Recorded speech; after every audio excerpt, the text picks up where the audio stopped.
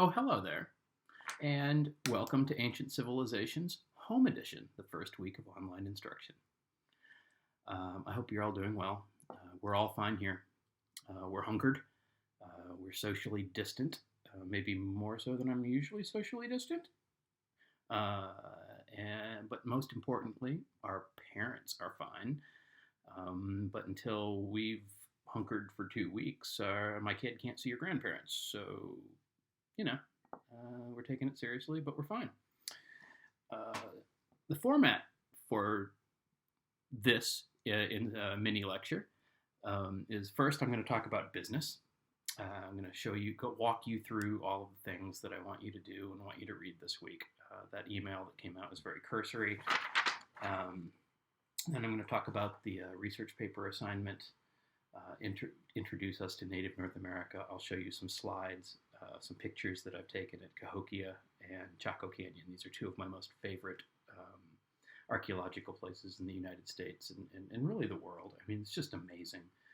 I'll talk through the assignment, and that's what's gonna happen. So I'm learning as I do this that the pause button is my friend. So I'm going to hit pause and switch over to the course web so you don't have to see me do all that navigation business. And we're back. The email that you received this morning, the one that you probably clicked the link to this video in, you will always be able to find that in the announcements at the top of our course web. It's not there now because I haven't sent it out yet, because I've not recorded this yet, so forth. But it will be at the top. I'm going to do something called, I'm going to pin it, the weekly instruction. So they'll always be sitting at the top of the announcements. So if you lost the email, if you're not into email, you'll always be able to find the week's instructions in the announcements. All of the links in that email or in that announcements are also down here. So right there in this coming week, here's a link to the mini lecture that I'm currently recording. Yeah, how'd he do that? I'll let you think about that for a second. And then the assignment on Cahokia and Chaco Canyon. And then there's a research paper assignment this week. That's actually the first thing that I'm going to talk about. You should not have any anxiety about this. There's going to be 4 regular assignments, or research paper assignments that will lead you through writing a paper, so that in the next couple of weeks, you're going to have everything laid out and know exactly what you need to do. Then there's the links to the videos and the course readings. We managed to get everything scanned and uploaded. It's not pretty, but if you find yourself at home without the books, you'll be good to go. Oh, yeah. And something that's important, a change, is in the discussion forum. This is the participation portion of the grade now. If you look at the original syllabus, there are originally 50 points that were going to be based on turning in its official sheets that we do in class.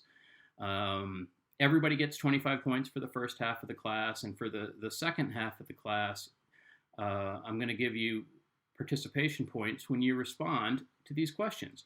The format is such that you have to make a post before you can see what other people posted, and then you can comment on the things that they wrote. If you write a really great answer to one of these questions, I'll give you 5 points. That's basically the same as an assignment question. You do that 5 times throughout the rest of the semester, and you get 25 points. Maybe that's not how you're rolling. Maybe you're on your phone and you're just writing short little responses, like you're commenting on somebody's Facebook feed. Well, then maybe you might get 1 or 2 points and you do it a lot more often.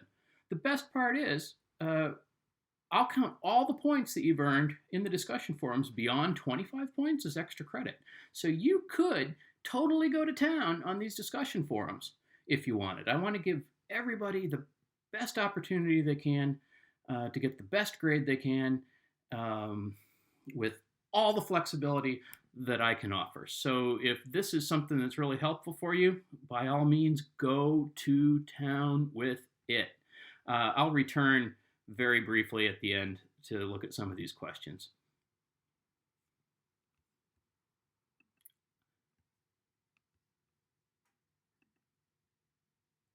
All right. The research paper, the first research paper assignment is right here. I'm going to click this. But first, I want us to take a look at something that I saw just last night. This is new. This is something new. How meta is this? Watching a video together.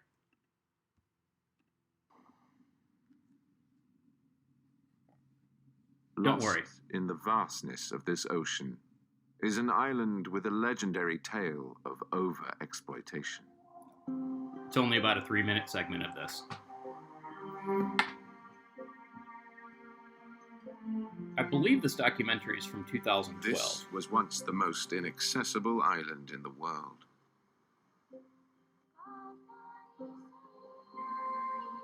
When the first people arrived here 1,000 years ago, Easter Island was a paradise. Thought to be richer in wildlife than even the Galapagos. Back then, its hills were cloaked with a forest of giant palms. It was also home to one of the largest seabird colonies in the South Pacific. Initially, life must have been easy for the Easter Islanders, the Rapa Nui. And with time on their hands, they set to work carving huge stone statues known as moai. Before long, each clan was trying to carve larger, grander figures than those of their neighbors. Competition that was to be their undoing. Great photography, anyway. Vast quantities of wood were used to transport the stone statues. And slowly but surely, the Rapa Nui used up their island's precious resources. Eventually, their civilization descended into chaos and warfare. Clan fought against clan with disastrous consequences.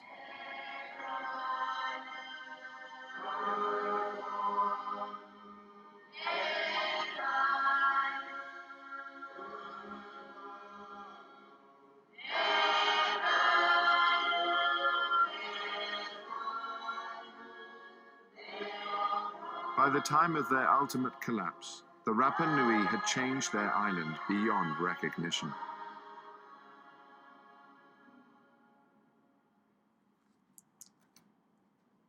These are the hills where the giant palm forest once stood.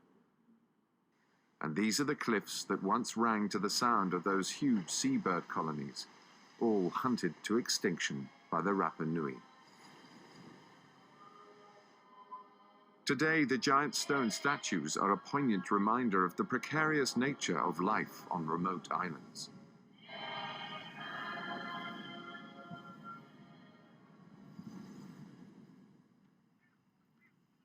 All South Pacific Islanders must make the most of whatever resources they have. And there we go. So what do you think about that presentation? I think they were pretty influenced by the conventional interpretation that Diamond presents, wherein, got to be careful not to be like those people. Don't want to use up all our resources. Obviously, if you wrote the assignment for last week, you know that Hunt and Lippo have a completely different understanding of what happened there. And the differences between those two interpretations, the ecocide interpretation and the genocide interpretation, rest upon a couple key differences. When did people first arrive on the island? Meaning, how long did they live there before deforestation happened? How large was their population? When did it start to decline? Was there, in fact, evidence for cannibalism and warfare?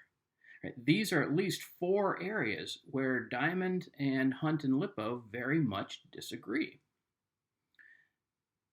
That's a similar situation for all of these cases. 2 that we've looked at up till now: Mesopotamia, either the Akkadian Empire or the Ur III dynasty; Old Kingdom Egypt; then Rapa Nui, Chaco Canyon, Classic Maya, Incan Empire. I want you to pick one of those that you're going to write your research paper about. And then I want you to look ahead. You don't have to read everything, but look ahead. Look at the article in Collapse and the article in Questioning Collapse, and get a sense of what the debate is. Then briefly describe it. Be as specific as you can. I'm not going to read through this because it's annoying, but this is what I want to explain. Then I want you to identify one particular set of facts. So in the case of Rapa Nui, when did the population start to decline? That's a really, really important fact for Diamond and the authors that he bases his argument on. Decline in population was steep, and it happened well before Europeans arrived. According to Hunt and Lippo, there was never that high a population, as Diamond would argue, and decline did not happen until after Europeans arrived, taking Rapa Nui people into slavery and introducing smallpox. So that's a really important point that the debate hinges on. I want you to identify one set of facts that will help you decide between 2 different versions of one of these debates. And that's what you'll write your paper on. There will be 4 research paper assignments. Then in the next assignment, you will find some academic scholarly sources that specifically address the set of facts that you've identified in this assignment. The next assignment, then, you will develop a thesis. The next assignment will be an outline. And so that if you follow along with these weekly 10-point assignments, you will have 40 out of 100 research paper points in the bag. And the paper will be pretty close to have written itself, which is what we all want, especially as we're all trying to get through this. So that's that. And I'm back. So this week, we are returning to native North America. When last we checked in to the continent where we're all at was about 15,000 years ago, with late Pleistocene hunting and gathering people originating in Asia and settling North America. Now we're going to fast forward until about 1,000 years ago in 2 different areas, and we're going to see some examples of later agriculturally based, maize agriculture based, that's corn was the basis of agriculture in both areas, and see some of the social developments that have taken place. In both areas, things changed dramatically. Society changed a lot before Europeans arrived. And you might imagine that Diamond has a particular understanding of what happened at Chaco Canyon. And the other author, Michael Wilcox, who, when you read that chapter, you'll see that he identifies as a native archaeologist. And at the time he wrote that, the only native archaeologist at a research university. And he has a very different understanding, and he is rather aggrieved by Diamond's presentation of what happened at Chaco Canyon. And so the assignment for this week is for you to sort that out. From Cahokia. Cahokia is located down here, Southern Illinois. Note how different the geography is between eastern United States and the western United States. Here we are in Michigan. We're a little bit higher, but as you move down the Mississippi River, it becomes, this is this is the Mississippi Delta down here. You know what? You don't have the time to listen to me actually lecture through two different world areas. It would make for a very long video, so I'm just going to sort of skip ahead and presume that you've read all this stuff. Or you will read all this stuff, looking up things that I show you. Maybe you're interested. Here we go. Cahokia, located right over here, is representative of a Mississippian civilization that existed. I think a nice round number would be to say from around 1050 AD to about 1300 AD, so very much pre-Columbian. There's no interaction with European peoples. And it's the culmination of a long history of Native American peoples in the east of the Mississippi building earthen mounds. So one of the earliest ones is down in Louisiana, just off the Mississippi River. It's called Poverty Point. I'm not really sure why it's called Poverty Point. I didn't check the facts, and here I am in the middle of a lecture, just like often happens. But it dates to about 1500 BC. The folks who made this thing were very much hunting and gathering at this time. They were foragers. They were mobile for most of the year, moving around the landscape, following resources and such. But can you see what's going on here? These semi-circular rings. Yeah, they've been cut into, but yeah, they're earthen mounds, and people would have had homes up on top of these things.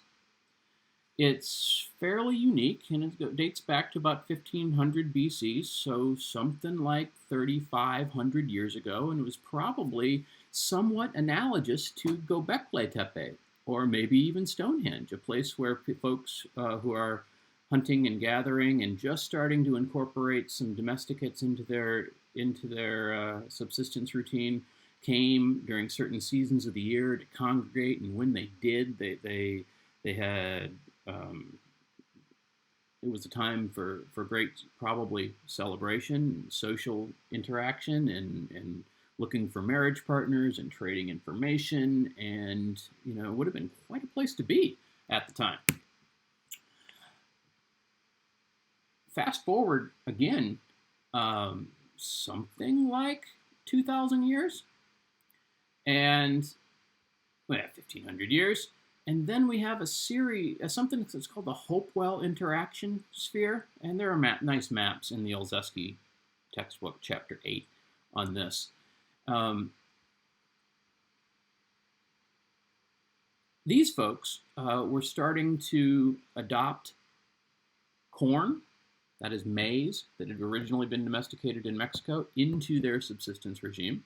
They were also using a variety of crops like sunflower, canopodium, which is an oily seed like amaranth, similar to amaranth, that were locally domesticated. And they seem to have had interactions with one another, so that some people were moving back and forth and trading with each other. And they produced some really fantastic objects, some of which you all saw at the Detroit Institute of Arts if you were on the field trip. This kind of stuff turns up mostly in the context of graves, so that we presume that the stuff would have been gifted between communities. But, read Olszewski and see how she presents this material.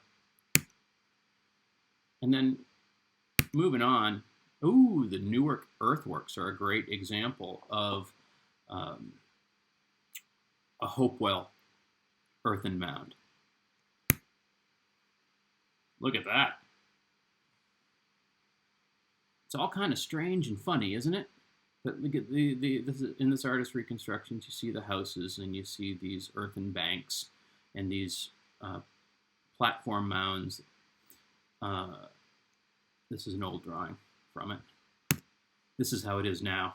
It's a suburb of Cleveland, called Newark, Ohio, and there's a country club around it. There's a golf course. So yeah.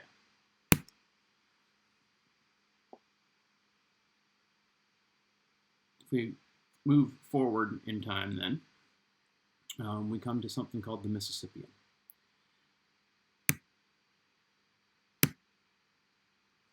In Cahokia was the center of the Mississippian world around 1050 AD. It's located in a river bottom. This is called the American Bottom, and these are all oxbow lakes. This is a low-lying floodplain along the Mississippi River, so that in times past the river flowed over here and then it meandered over here and it left behind oxbow lakes. So super agricultural potential. This is a major corn producing region of the United States today. Zoom in a little bit and you see that here's St. Louis and East St. Louis, and Cahokia is right over here, so not really so far away. And Cahokia was the center of not just one, but many flat-topped earthen mounds, sometimes described as pyramids. Note the scale here. The big mound here is 120 pyramids or earthen mounds, and that's just at the site, at the center of Cahokia. All up and down the river in the American Bottom and on the west side of the river in what's now St. Louis, there were these flat-topped earthen mounds. Here's a satellite image of it from Google. If we were doing this in class, I might be able to skip from slide to slide, but since I'm homebound now and I can't see my presenter view, I'm just going to skip on through here and see what we see. There's the mounds. This is Monk's Mound. This is the largest of all of the Mississippian mounds at Cahokia. This is a group of Pakistani and Indian museum professionals who are here on a tour sponsored by the Smithsonian to see great archaeological places in the United States and the museums that are associated with them. They all knew what Cahokia was, and now you do too.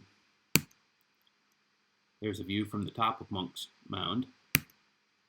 There's an aerial view of Monk's Mound. I did not take that. I cribbed that from the interwebs.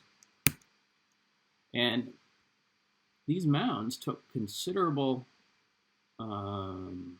engineering to construct so that they wouldn't slump. So there's different types of earth and sediment that was used, and logs, and it really took a considerable amount of planning. Another view of that. So this would have been the center of it all, and this entire plaza was originally a wetland that had to be filled in, flattened out, and then all of the structures located around Monk's Mound, and in fact all of greater downtown Cahokia, were all oriented on a north-south, east-west grid. So it's very much the center of some sort of authority that was able to influence people to, when they settled there, get with the program and line up to the grid. I'm being intentionally a little bit squirrely about what the nature of that power and authority was, and that's something that I want you to write about, and it's something that I want you to read about. These are chunky stones. This photo is from a National Geographic article. Unfortunately, there's no scale. They're about 2 or 3 inches in diameter and were rolled along the ground as part of a game. And we know that because Native American people in that part of the world, in the southeast of the United States at the time of European contact, played a similar game, wherein they'd roll one of these chunky stones down a court, and warriors, men, would throw spears at the rolling disc, and whoever spear got closest to where the disc stopped won. It was a game that was used for gambling, and there's a lot of speculation that those sorts of public spectacles were very important at Cahokia back in the day, and that's where it may even have, these types of games may even have originated.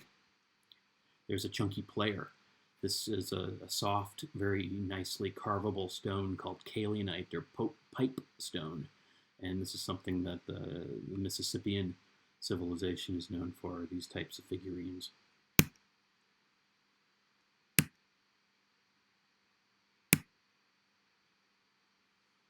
This is something called a Ramey incised pot.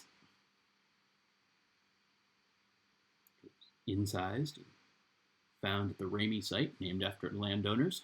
This is all taken place in the agricultural Midwest. So many of the sites are named after. Well, there's a... Yeah. Anyway. The long-nosed god is so called.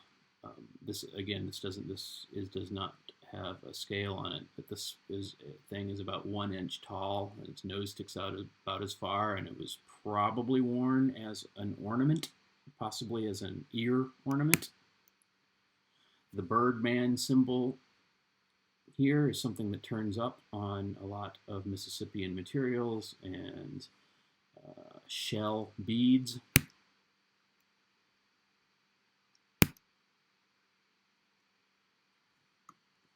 Cahokia had quite a run.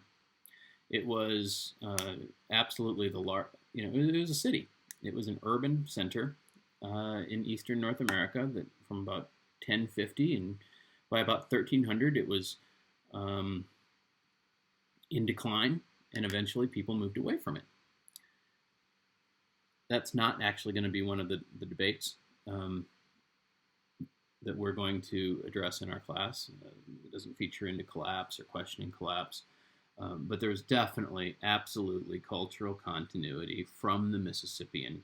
In fact, after 1050, after the emergence of Cahokia as this regional city, everything changes in the eastern part of the United States, especially in the southeast, and it seems that culture and society are forever after referential to what was going on at the height of Cahokia, so that this town in Alabama called Moundville has architectural and artifactual features that absolutely reference Cahokia. It's as if perhaps a city of that size was perhaps not either governable or sustainable so much, but that those ideas then underpinned the emergence of many, many, many smaller Mississippian towns later on. And these many of these places were still occupied when European people came, the first European people. Spanish explorers, De Soto's expedition, recorded people living at places like Moundville up and down the Mississippi and in the American Southeast. Then smallpox hits, then there was a mass die-off, then people move away, and by the time English speakers arrive there, they marvel at who made the mounds and speculate that it might have been Phoenicians or lost tribes of Israel or whatever. So that's just a little bit of orientation to Cahokia and the Mississippian world as the inheritors of a several thousand-year-long tradition of building earthen mounds in the eastern United States.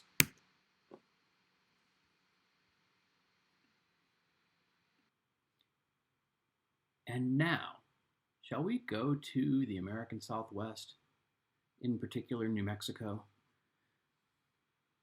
I've been drinking coffee out of this mug. Why am I showing you my mug? Because I bought it at Acoma Pueblo. Acoma Pueblo is a Native American town in southeastern New Mexico, and this very brief slideshow on Chaco Canyon to frame the things that you will read. begins and also ends at Chaco Canyon. So I just wanted to show that to you. You'll see some objects from Chaco Canyon in this slideshow that might look similar.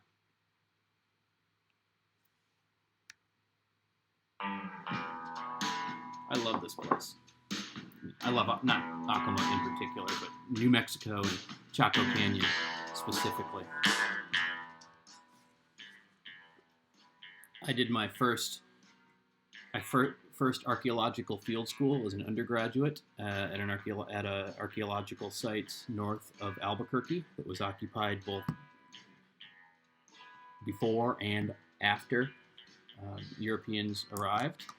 So at that time, that summer of 1996, every weekend, man, we went out to different archaeological sites or modern pueblos. Pueblo means Native American town. That's the word that's used out there. And when the Spanish colonized the region, they found that the people living there were living in towns. And so they got land, they got leases to their land, and in that way, Native American peoples in the Southwest, I mean, don't get me wrong, the colonial experience was horrific with the disease and the massacres and the rebellions and the conversion to Catholicism, etc. But they were not removed from their land in the same way that Native American peoples in the East were removed from their land. And so Acoma Pueblo here is a town that was established, I believe it was in existence at the time that the Spanish entered and has continued to be occupied since then.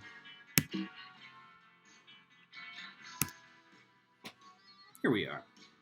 So I'm just going to show a map later of where the Pueblo towns are located.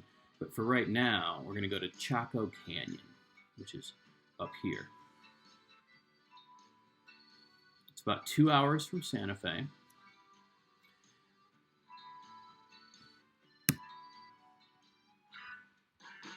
And it is literally a narrow canyon formed by the Chaco River in a larger region called the San Juan Basin. Each of these named places is something called a great house. Down here is a butte, or what some those of us out east might call a mesa. And it's like a beacon when you're there. You can see it from everywhere. It must have had special significance for the people who lived there. Here's Wes Dick. Wes Dick is he's obviously a professor of history downstairs from where I would be in my office if I were in my office. And what he's doing here, this is from the trip that our Albion's Center for Sustainability and the Environment took, wherein we spent 2 days at Chaco Canyon, because I said if I were going to help lead the trip, we have to go to Chaco Canyon because it's one of my favorite places in the world. And he's walking up the path from down below in the canyon up on top of the bluffs so that you can look down on the great houses. And they are indeed great. Take a look at that. Multi-room, stone, masonry architecture, a lot of the stuff still standing. This is from up top, looking along the canyon, the narrow canyon with the steep cliffs framing it. These are some Albion students looking over one of the most magnificent and most famous of all of the great houses called Pueblo Bonito. Pueblo Bonito, or Beautiful House, figures prominently in the textbook chapter, in Diamond's chapter in Collapse, and also in Michael Wilcox's chapter in Questioning Collapse. That's another one. I don't know which one that is because I can't see my presenter notes, and I don't really want to pause because we got to get this show on the road. There we go.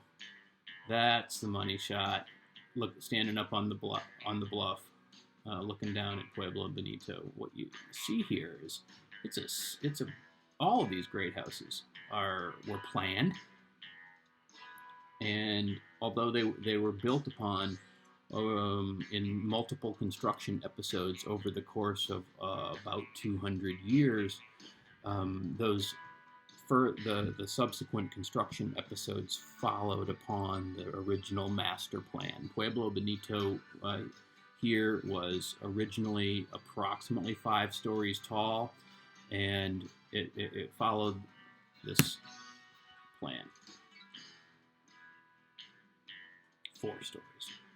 Whatever. All of these circles that you see here in this plan are kivas, K-I-V-A, or sometimes called great. No, they're kivas. Kivas, ethnographically, for Puebloan peoples, that's what we say. How we describe Native American peoples who live in pueblos, towns. Historically, ethnographically today, kivas are communal spaces, where rituals are held and where people socialize. So the fact that these great houses at Chaco Canyon have so many rooms that are similar to ethnographically known communal and ritual spaces suggests that when people came to Chaco Canyon, that these would have been places of great hubbub,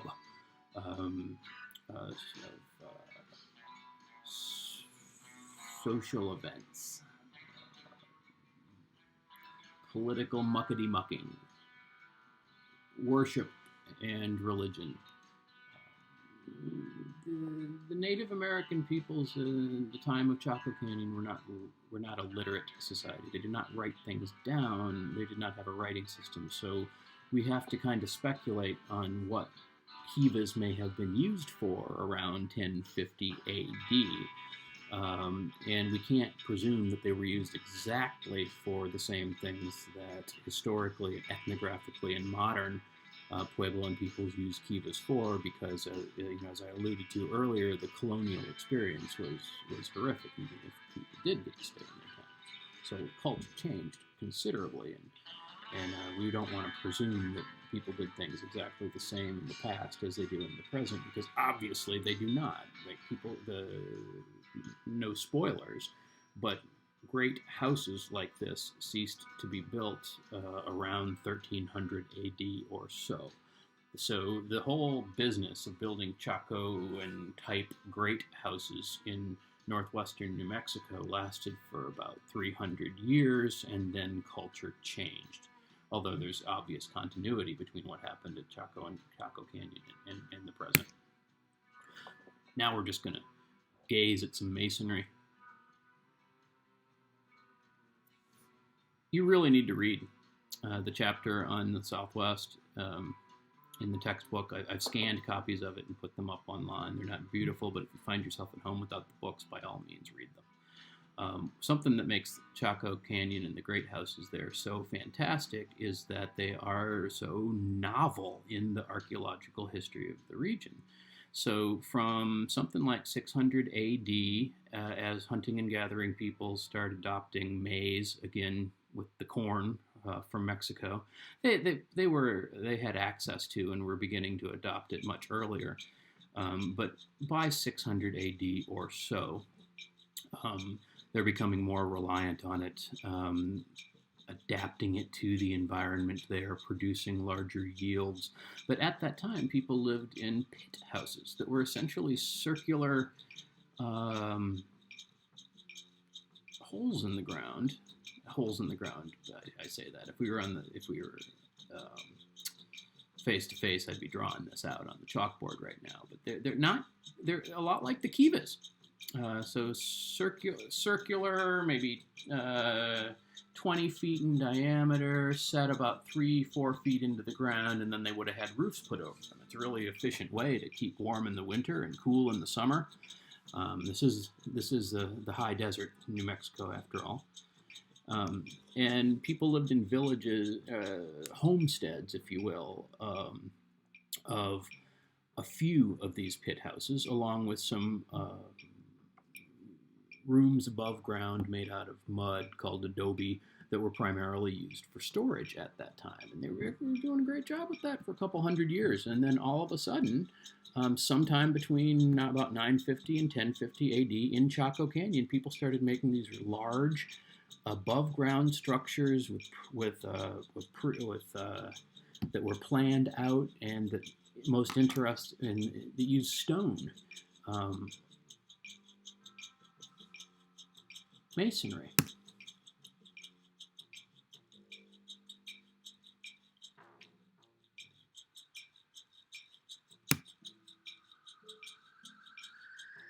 It's so dry there that the wood is preserved.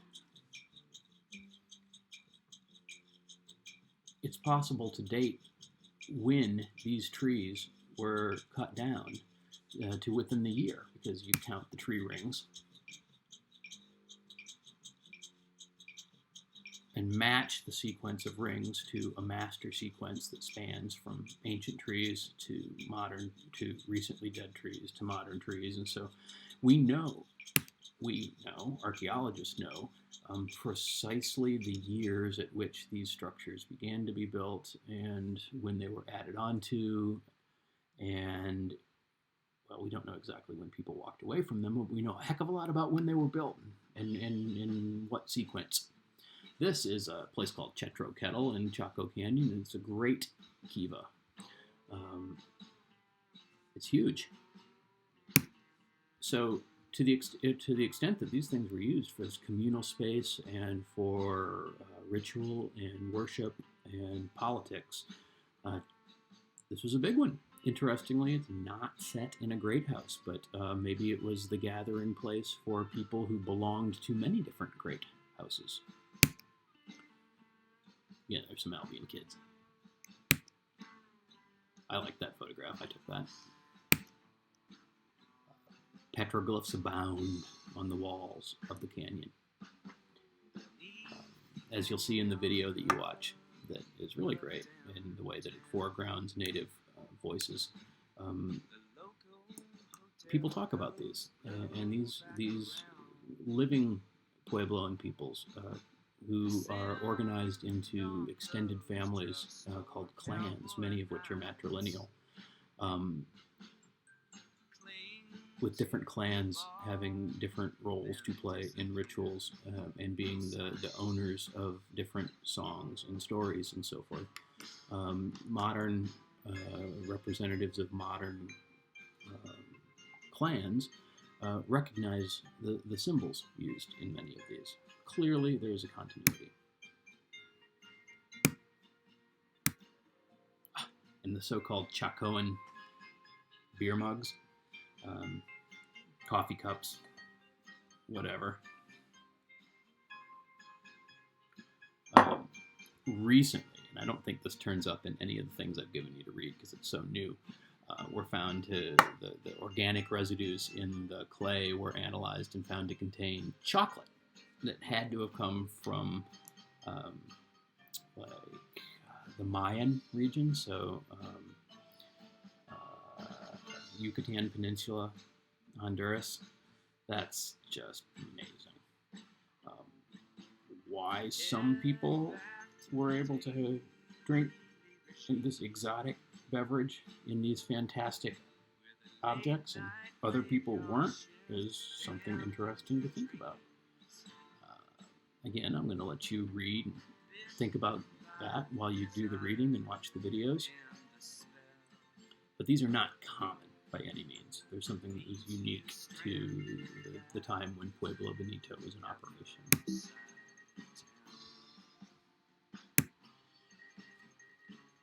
And I suppose that's as good a place to end it as any. I just wanted you to see some pictures of this stuff. The readings that I've given you are great. The film is great, but when you see it, why need to see the things?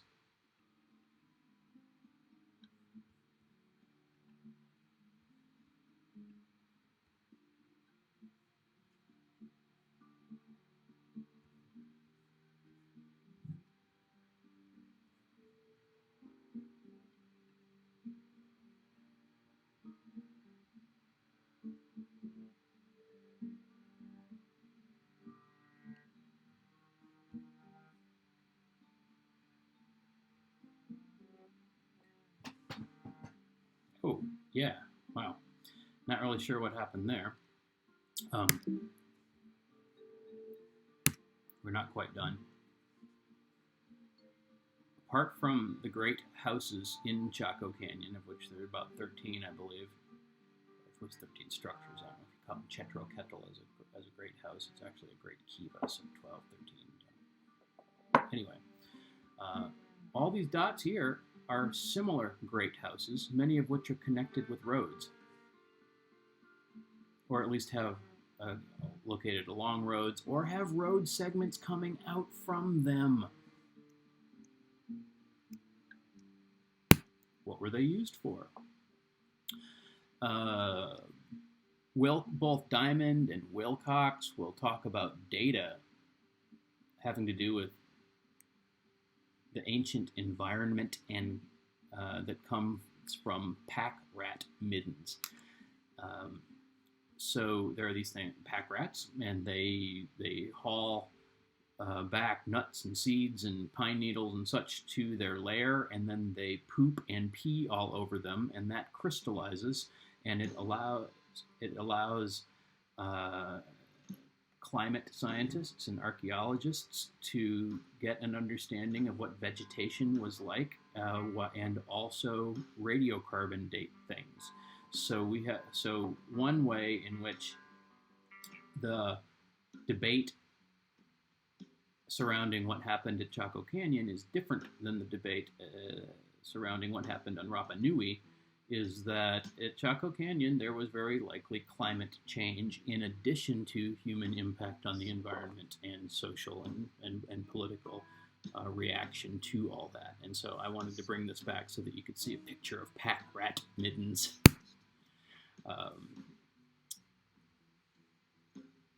This is a pinyon pine. This is a juniper bush. Pinyon pines are where you get pine nuts from there, very similar to the type of tree that you get pine nuts from in Italy. So all that stuff is happening up here in the western corner of New Mexico.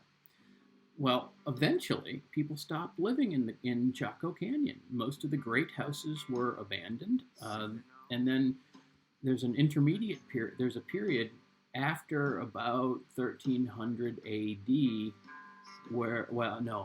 between about 1200, 1300 AD, when people move up to Mesa Verde and live in cliffs, in caves and cliffs. This is called Cliff House in Cliff Palace at Mesa Verde. Fantastic. This is at Los Alamos, and all these holes are where beams would have been placed to have structures, and people are living up in the caves. And again with the Albion students, and hey, there's Wes again. Hi, Wes.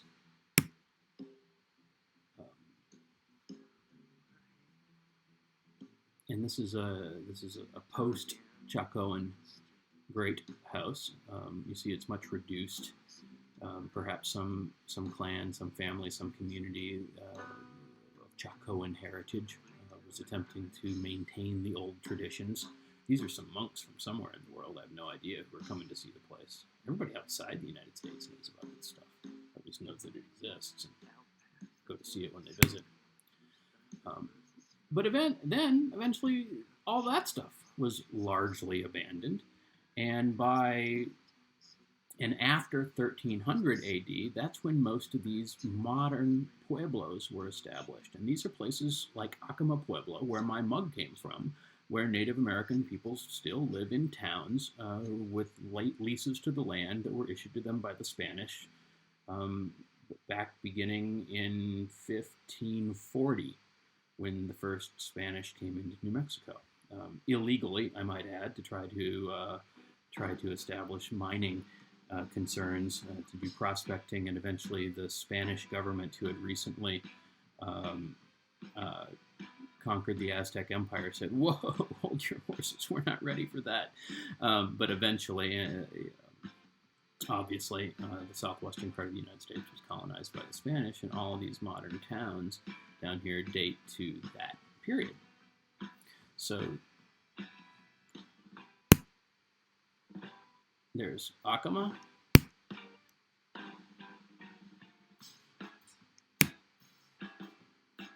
There's a color version of the picture that I started this whole thing with.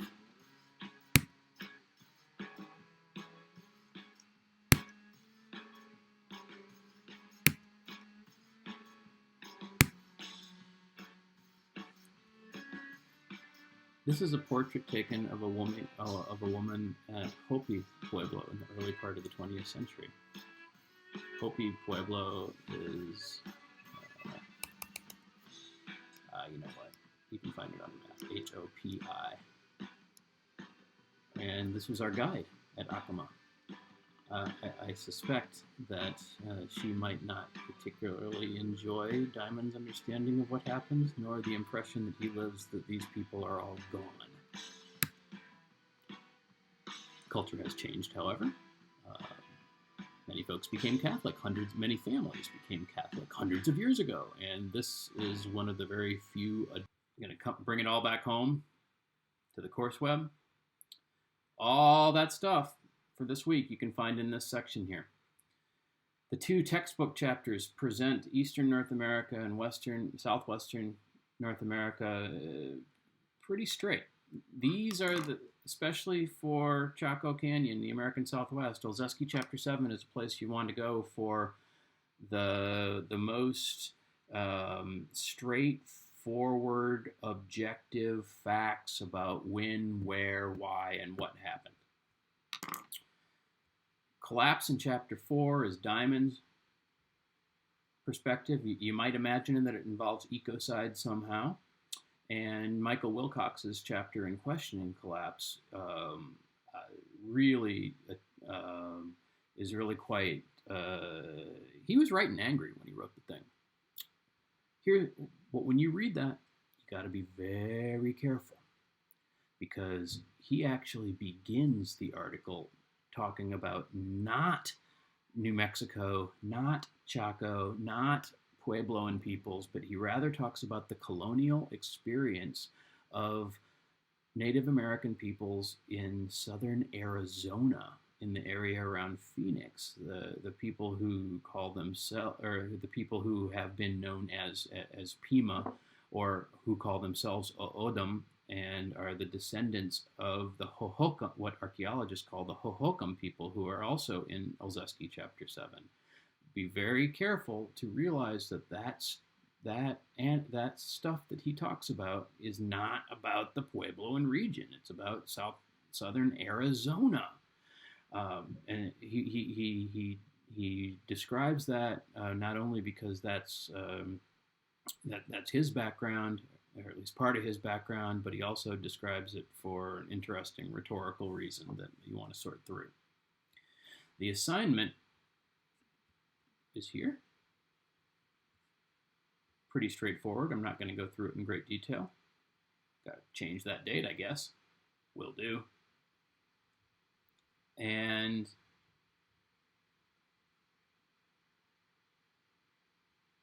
if you were to return here and go to the discussion forum, you'll see that I've set up a number of questions here for you to answer, where you can earn points, all about earning points, and that will help you. And once you make a post, then you'll be able to see what other people posted, and you'll write better questions on the assignment. So by all means, participate in the discussion forum as you're able throughout the week. And at our regularly scheduled class time at 2:15 Eastern Standard Time on Tuesdays and Thursdays, I will be hanging out at our Google Meet. All you got to do is click here.